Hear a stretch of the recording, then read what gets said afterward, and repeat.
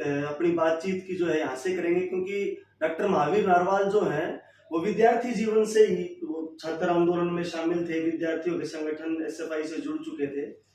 तो मैं आपसे जानना चाहूंगा उन दिनों के बारे में, उनका जो योगदान है, उन्होंने किस तरह से जो है छात्रों को संगठित करने की लड़ाई लड़ी।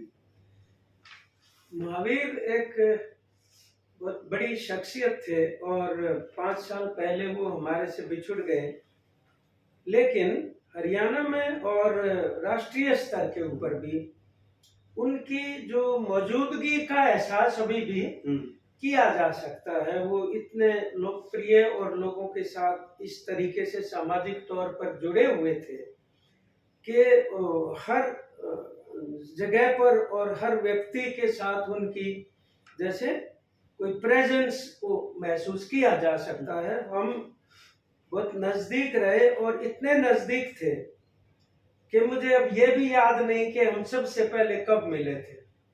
1970 में हम दोनों ने एग्रीकल्चर यूनिवर्सिटी हिसार में एडमिशन लिया और हम तभी से रूममेट भी थे और छात्र आंदोलन के भी साथी थे और आपातकाल के दौरान जेल में भी हम इकट्ठे रहे। तो इस प्रकार उन्होंने एक पूरा का पूरा जो जीवन व्यतीत किया, हम परिवार के रूप में भी इकट्ठे रहते थे।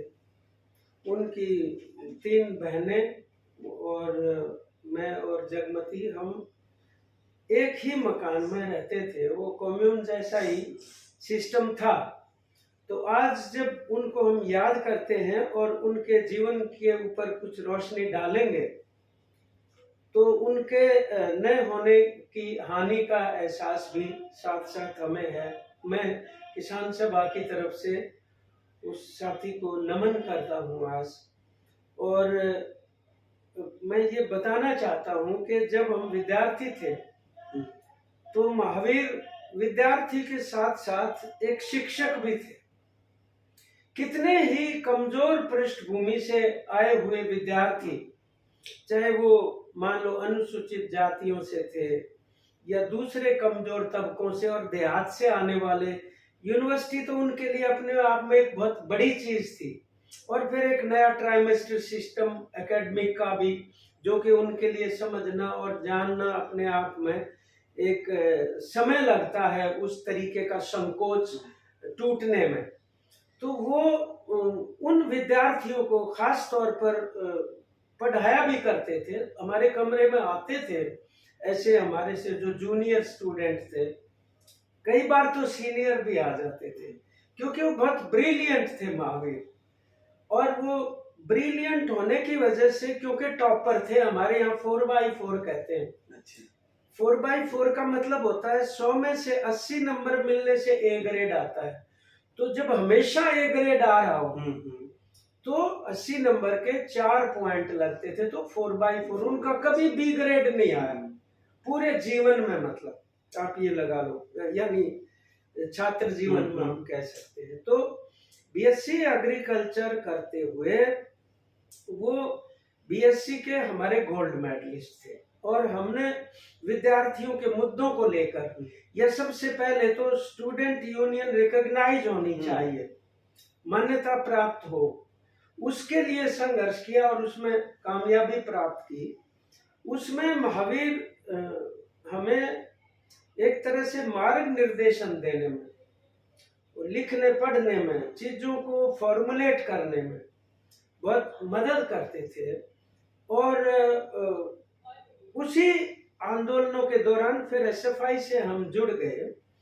तो जाहिर है कि हरियाणा के अंदर पूरे में ही एसएफआई के निर्माण की दृष्टि से हमने साथ साथ कंधे से कंधा मिला के आंदोलन किए।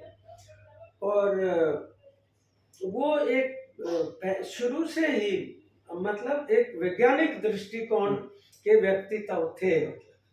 और फिर उसके बाद एमएससी मैंने जेल से बाहर आके मैंने प्लांट पैथोलॉजी में की, उन्होंने प्लांट ब्रीडिंग में की, यानी पौध प्रजनन जिसको हम कहते हैं। और वो बहुत अच्छे एक वैज्ञानिक बने, कृषि वैज्ञानिक। पीएचडी उन्होंने फिर प्लांट ब्रीडिंग में की, बाजरे के ऊपर उनकी रिसर्च थी। और वो रिसर्च करते हुए ही वो डॉक्टर रामधन सिंह से भी संपर्क में आने का उनको सौभाग्य प्राप्त हुआ। और ये जो पुस्तिका है डॉक्टर रामधन सिंह पे, ये राज्य संसाधन केंद्र की तरफ से डॉक्टर नरवाल ने लिखी। और डॉक्टर रामधन सिंह जो बहुत बड़े वैज्ञानिक थे हिंदुस्तान के, उनके योगदान का उन्होंने इस पुस्तिका में चर्चा की। तो खैर वो टीचर लग गए, और टीचर होने के बाद न केवल वो स्टूडेंट्स के ही नेतृत्व में वो रहे, बल्कि अध्यापक बनने के बाद वो हरियाणा एग्रीकल्चर यूनिवर्सिटी की जो टीचर्स एसोसिएशन है, कोटा उसको कहते थे, उसके भी अध्यक्ष रहे। तो इस तरीके से एक छाप उन्होंने अपने, न केवल अपनी जो इंटेलिजेंस है, न केवल उनकी जो समझ और सूझबूझ के रूप में स्थापित किया नेतृत्व, बल्कि सामाजिक रूप से भी अध्यापकों के साथ हमारे बहुत अच्छे संबंध। आप ये लगा लो कि कई बार तो इमरजेंसी में हमें अंडरग्राउंड रहना पड़ता, और अंडरग्राउंड का मतलब ये होता है कि गिरफ्तार भी नहीं होना और काम भी करना है। तो हमने न केवल वो जो राजनीतिक काम थे वो किए, बल्कि हमने पेपर भी दिए और गिरफ्तारी से भी बचे। इस तरीके से एक भूमिका में हम रहे थे, और फिर वो गोल्ड मेडल प्राप्त। कितने ही बार सस्पेंशन, रस्टिकेशन वगैरह वो भी हमारे साथ हुई, पुलिस के तशद्दुद हुए। मतलब तो एक बार तो बल्कि ऐसा हुआ कि उनको अंदर कर दिया, तब तक हमारी अरेस्ट नहीं हुई थी। और ये बड़ी रोचक बात है। तो हमारे यहाँ हर 3 महीने में रजिस्ट्रेशन करनी होती थी, उसको ट्राइमेस्टर की रजिस्ट्रेशन कहते थे। और उस तारीख पे अगर नहीं हुई तो आपके 3 महीने गए, ये लगा लो। तो हमने कोर्ट में डाल दिया मुकदमा कि भी रजिस्ट्रेशन की तारीख उन्हें पेश किया जाए, कल को जमानत होगी तो ये 3 महीने खराब नहीं होंगे। कोर्ट ने ऑर्डर कर दिए उनके कि पुलिस की कस्टडी में जेल से रजिस्ट्रार ऑफिस में लेकर जाएंगे, और वो ऑटो में बिठा के एक सब इंस्पेक्टर, एक हवलदार और 2 सिपाही उनको ले आए। हमें पहले पता चल गया था कि रजिस्ट्रार ऑफिस में लाएंगे। तो जब वो लेके आए तो जाहिर है 5-10 लोग तो हम खड़े ही थे वहां। तो पुलिस वाले ज्यादा ही मतलब ना वो एक तरह से उद्वेलित से हो गए। मतलब क्यों उनको पता नहीं, ऐसा खदशा हो गया कि भाई ये भीड़ भड़का कर रहे, से नहीं होना चाहिए। और आप अंदाजा लगाओ कि भाई हथकड़ी लगे हुए, दस्तखत किए उन्होंने, और दस्तखत करके बोले अब जल्दी चलो। जब वो खींचातानी कर रहे थे तो महावीर ने ये कहा, कमाल कर रहे हो तुम यार, अगर हमें इसी तरीके से तो हम मतलब गिरफ्तार ही क्यों होते अगर ये बात होती तो। आप सोचते हो हम छुड़ा के भाग जाएंगे? तो वो पुलिस वाले कहने लगे क्या पता चलता है तुम्हारा, भाग भी सकते हो। तो महावीर ने एक हाथ से हथकड़ी पकड़ के और यूं करके उसके हाथ में पकड़ा दी हथकड़ी पुलिस वाले को, बोला ले जा, तेरे को नहीं पता कि हम ये भी कर सकते हैं। उन्होंने हाथ जोड़ लिए, ओ भाई मेहरबानी तुम्हारी बहुत बहुत। फिर जब दोबारा से हथकड़ी लगाई तो एक बार और उसके साथ अंदर से निकाला था कि दोबारा ना निकाल पाए। हाथ वो पतला था उनका और शरीर से भी वो पतले थे। तो खैर एक वो समय था। उसके बाद तो चलो जब हम मीसा के अंदर गए तो उसी जेल में हम थे, लेकिन हिसार जेल में हम एक दूसरे से मिल नहीं सकते थे, अलग अलग जगह के ऊपर हमें रखा गया था। खैर एक वो स्थिति है। दूसरा ये है कि उनका जो और भी कुछ ऐसे पक्ष जो हम बताएं आप अगर उस तरह। एक मैं ये जानना चाह रहा था कि कितने दिन की सजा डॉक्टर साहब को भी थी, आप भी जेल में रहे तो कितना समय था वो? नहीं वो सजा नहीं होती है, महावीर तो 2 बार गए। तो मतलब मेरे ख्याल में 1-1.5 महीना एक बार वो रहे और 2.5-3 महीने दूसरी बार रहे, और मैं 1 साल रहा। तो क्योंकि मेरी गिरफ्तारी मीसा में थी और उनकी दूसरी धाराओं में थी, लेकिन उन धाराओं में जमानतें बहुत मुश्किल होती थी उस दौरान। खैर ये बात में एक ये तो विद्यार्थी जीवन की हमने उनका छात्र आंदोलन का जो दौर था उसके बारे में बात की, लेकिन अध्यापक के तौर पे भी और कृषि वैज्ञानिक के तौर पे भी उन्होंने काफी काम किया है। तो अगर उसके बारे में भी आप कुछ बातचीत ये असल में वो जब वैज्ञानिक थे और पढ़ाते थे तो उस टाइम पे बाजरा की किस्मों के ऊपर उन्होंने काम किया, और बाद में वो कॉटन रिसर्च स्टेशन के ऊपर भी पोस्टिंग हुई सिरसा के अंदर HAU की तरफ से, और बहुत ही ब्रिलियंट साइंटिस्ट वो रहे। ये जो पुस्तिका है ये मतलब SRC की तरफ से, स्टेट रिसोर्स सेंटर की तरफ से हरकारा नाम से छपी। इसमें बहुत अच्छे लेख उनके बिछुड़ने के बाद ही ये छपी है मतलब। और मैं ये बताना चाहता हूँ कि पारिवारिक तौर पर उन्होंने अपनी बहनों को, गीता को, गायत्री को, सविता को साथ रखकर पढ़ाने के ऊपर बहुत ही मतलब तरजीह दी उसको, और वो भी अपने जीवन में जो है बहुत अच्छे आगे वो बढ़ी, और वो भी SFI में भी और महिला समिति के साथ भी उन्होंने जाके, गीता की बाद में जो है शादी वो SP सिंह सुरेंद्र पाल जो थे वो हमारी यूनिवर्सिटी में ही पढ़ते थे, उनके साथ शादी हुई। अब वो भी दुर्भाग्यवश हमारे बीच में नहीं है, पिछले दिनों वो भी बिछुड़ गए। मतलब जो बड़ा झटका एक हमारे जनवादी आंदोलन को लगा हरियाणा में। तो उनके जो फादर थे सूबेदार प्रताप सिंह और मदर थी फूलपति जी, वो दोनों भी बहुत सुलझे हुए इंसान थे। और गांव के अंदर सूबेदार प्रताप सिंह जी ने किसानों को संगठित करने के लिए भी भूमिका अदा की। गन्ना किसानों को ऑर्गेनाइज किया, जो गोहाना का शुगर मिल था उसके प्रबंधकों से भी कई बार उन्होंने मतलब आंदोलन के रूप में नेतृत्व किया किसानों का, और उनका खुला दिमाग था। आप ये लगा लो कि सूबेदार प्रताप सिंह ने गांव में भी महिलाओं को साक्षर बनाने, जब साक्षरता आंदोलन था तो प्रेरित किया, उनका बड़ा योगदान है। खुले दिमाग के वो व्यक्ति थे, और मेरे पिताजी भी और वो भी यूनिवर्सिटी में आना जाना, खासतौर पर जब हमारा पुलिस के साथ वो हुआ तो उस टाइम पर उन दोनों को ही पकड़ ले आया करते थे पुलिस वाले जो, तो वो एक दूसरे को भी जानते होते थे। तो खुले दिमाग के इस रूप में भी कभी देखो मतलब सुरेंद्र पाल और गीता की जो मैरिज हुई वो तो अंतरजातीय शादी थी, और खुद महावीर की शादी भी अंतरजातीय ही थी। वो नीलम जी जो है बाद में डेथ हो गई असल में, उन दोनों ही शादियों में सूबेदार प्रताप सिंह ने बहुत ही सकारात्मक रोल प्ले किया, बाकायदा हिस्सा लेके। वो अपने आप में एक उदाहरण है वास्तव में।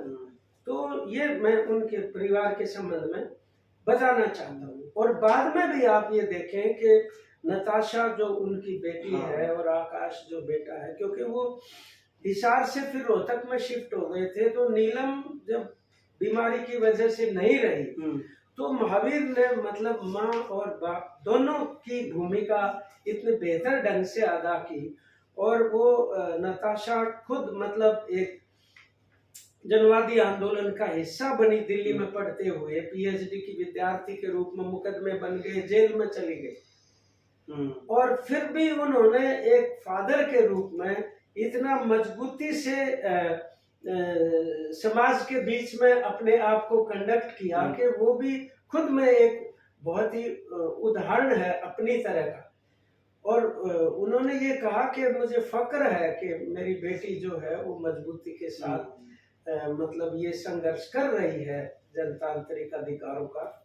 और उसी दौरान वो कोविड भी था, किसान आंदोलन में भी वो हमारे टिकरी बॉर्डर पे, शंभू बॉर्डर के ऊपर भी जाते थे, यहाँ पे भी जो टोल प्लाजा वगैरह पे थे उधर भी वो जाते थे। तो सक्रिय भूमिका उस रूप में भी उनकी रही। तो हम ये कह सकते हैं एक मतलब संपूर्ण व्यक्तित्व की तरह से सर्वगुण संपन्न जिनको हम कह सकते हैं, एक अच्छे नागरिक के रूप में, एक अच्छे बेटे के रूप में, एक अच्छे भाई के रूप में, एक अच्छे पिता के रूप में, एक अच्छे कॉमरेड के रूप में, जहां भी वो रहे वहीं पे समाज के बीच में उन्होंने अपनी एक जगह बनाई और समाज सुधार के आंदोलन में अग्रणी भूमिका निभाई। लिखते भी बहुत अच्छा थे, वो लेखक भी थे। और परिवार को भी संभाला उन्होंने और समाज में तो उन्होंने नेचुरल काम किया। एक मैं ये जानना चाह रहा था कि सेवानिवृत्ति के बाद का भी उनका सारा ही जीवन जो है वो ज्ञान विज्ञान आंदोलनों में लगा हुआ है। हाँ रिटायरमेंट के बाद तो वो कभी घर ही नहीं बैठे, हाँ। चाहे वो लिखने का काम है, खेती बाड़ी के बारे में जो काम है, या और विज्ञान का ज्ञान विज्ञान आंदोलन के बारे में, तो उसको आप कैसे देखते हैं, उसके बारे में भी वो जैसे हिसार में उन्होंने साक्षरता आंदोलन में ये हिस्सा लेना शुरू कर दिया था रिटायरमेंट से पहले ही, और रिटायरमेंट के बाद और भी ज्यादा सक्रिय हो गए, और हरियाणा विज्ञान मंच बनाने में अग्रणी भूमिका, संस्थापक में से उनको एक हम मान सकते हैं। तो पहले तो हिसार में वो थे ही, और उसके बाद रोहतक भी शिफ्ट हो गए, वो भी यहीं पे शिफ्ट हो गए थे।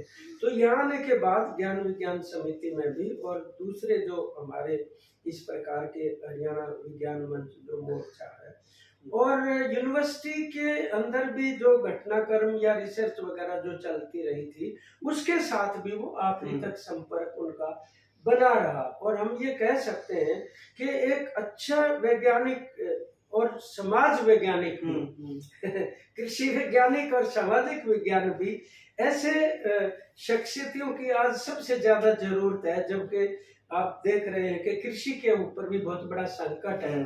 उस संकट से निकालने के लिए नीतिगत संघर्ष भी है, और हमें अपनी नई वैरायटीज, मतलब आज जलवायु का जिस तरह से हमला है, तो नई किस्मों की खोज किए जाने की जरूरत है, जो कम पानी की भी हो, या फसल चक्र कैसे बदला जाए, वो काम अभी हमारे सामने है, ताकि मतलब किसानी को और कृषि को बचाया जा सके।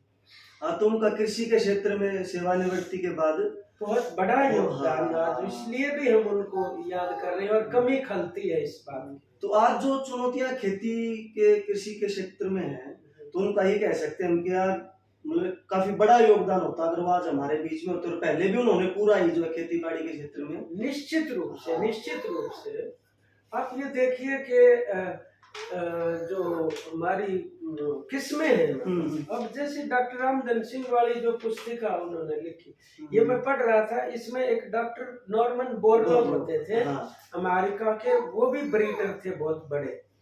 तो डॉक्टर बोरलॉग ने जब वो आते थे हिंदुस्तान में, नोबेल प्राइज विनर थे वो पीस के, शांति, जब वो भारत में आते थे तो वो डॉक्टर रामधन सिंह से मिलते थे। तो इनमें लिखा है कि एक बार डॉक्टर बोरलो ने इनकी रिसर्च के बारे में पूछते हुए ये कहा कि आप जब ये ब्रीडिंग कर रहे थे पौधों के बीच में, बहुत बड़ा परिश्रम का काम होता है, तो आपको छोटे आकार के पौधे भी मिले होंगे? वो बोले हाँ मिले थे। तो उन्होंने पूछा आपने उनको सेलेक्ट नहीं किया क्या? बोले उनको मैंने इसलिए सेलेक्ट नहीं किया कि छोटे पौधों की फसल उगाने में किसान का ज्यादा खर्चा लगता है, और ज्यादा पानी और दूसरे संसाधनों की जरूरत है, इसलिए मैंने उनकी उपेक्षा करके बड़े वाले को अपने पास ही रखा। तो मेरे को भी ऐसा याद आ रहा है, जब ये जेनेटिकली मॉडिफाइड बीजों का भारत में ये सरकार जो लेके आई थी, उस समय पे भी एक मुहिम चलाई गई थी, और एक वहनीय खेती हो उसके लिए भी उनकी हमेशा चिंता रहती थी। बिल्कुल बिल्कुल। अब ये जैसे ना जीएम ब्रिंजल वगैरह का, या जीएम जो दूसरी वो लेके आए सरसों का भी जेनेटिकली मॉडिफाइड, तो ये वास्तव में कारपोरेट सेक्टर का एक प्रोजेक्ट है और कंपनियों का प्रोजेक्ट है। वो आगे पीछे इस बात की परवाह नहीं करते कि उसके क्या परिणाम हो सकते हैं, और एक सीमा से आगे मतलब बहुत बिना पुष्टि किए इस तरीके से वो उत्पादन करके उसको बेचना चाहते हैं, जो कि अब बीटी कॉटन देखें तो हमारे सामने उदाहरण है किस तरीके से किसानों के साथ बहुत बड़ा धोखा हुआ। तो उस टाइम पे जो जीएम के सवाल के ऊपर भी डॉक्टर महावीर नरवाल ने उस अभियान के अंदर बहुत महत्वपूर्ण रूप से हिस्सा लिया। और आज जिस तरह से खेती पे बिल्कुल कारपोरेट कंपनियों का कब्जा है, आज किसान जो है कैसी गिरफ्त में है कि आप वो देखो, बीज हो, दवाई हो, कोई भी चीज हो, उपकरण हो खेती का, सब पे प्राइवेट कंपनियों का कब्जा। वहनीय नहीं है, लागत बढ़ती जाने लग रही है। तो लास्ट में तो मैं आपसे चाहूंगा कि आप आज इस मौके पे कोई संदेश देना चाहें या कोई अंतिम अपनी टिप्पणी करना चाहें। तो ये जो कहा है तुमने कि भाई जो बीज पे और जो दवाइयां और पेस्टिसाइड इंसेक्टिसाइड वगैरह है, इस पे तो काफी हद तक कंपनियों का कब्जा है ही है। अब तो कारपोरेट वास्तव में जो कब्जा करना चाहता है वो कृषि व्यापार पे करना चाहता है। इसलिए जो हमारा जो national policy framework on agriculture marketing का ड्राफ्ट आया है 25 नवंबर को, वो बहुत बड़ी चुनौती है। हमारी तो मंडियां ही नहीं रहेंगी तो आगे मतलब हमारा क्या बनेगा उसके बाद। इस वजह से उसके ऊपर अब उनका निशाना है। और दूसरा, अब जो टैरिफ के ऊपर जो दबाव है अभी अमेरिका का और दूसरे देशों का भी, कि हम अपने टैरिफ कम कर दे जो कृषि और डेयरी के उत्पाद बाहर से आएंगे उसके ऊपर, और वो हमारे जो बाहर निर्यात हम करते हैं उसके ऊपर वो शुल्क बढ़ाना चाहते हैं। ये भी एक बड़े खतरे की बात हमारे सामने है। तो हम कृषि से जुड़े हुए तमाम वैज्ञानिक या जो भी एग्रीकल्चर यूनिवर्सिटी और दूसरे संस्थाओं से जुड़े हुए हैं कि हमारे भारत के लिए अन्न की आत्मनिर्भरता जो है अनाज की, उसके अंदर हमें मतलब अगर वो सुनिश्चित करनी है तो ये एमएसपी का भी सवाल और पब्लिक डिस्ट्रीब्यूशन सिस्टम का भी सवाल उसके साथ जुड़ा हुआ है। तो उसके लिए एकजुट होकर किसान मजदूरों को संघर्ष करने की जरूरत है। आज बड़ी एकता से ही हम कृषि को एक तरह से बचा पाएंगे। तो आपका बहुत बहुत धन्यवाद। आज इस मौके पे हमने डॉक्टर महावीर नारवाल जी का जो योगदान था समाज के लिए कृषि के क्षेत्र में, उन साथी को हाँ, मतलब हार्दिक श्रद्धांजलि अर्पित करते हैं, नमन करते हैं उनको। और असल में जो उन्होंने रास्ता दिखाया आज उस पे चलने की बहुत ज्यादा जरूरत है। जो उन्होंने समाज के लिए काम किया, देश के लिए जो काम किया, आज वही सच्ची श्रद्धांजलि होगी कि हम उनका जो रास्ता था, उनका जो अधूरा सपना था, उस सपने को पूरा करें। धन्यवाद।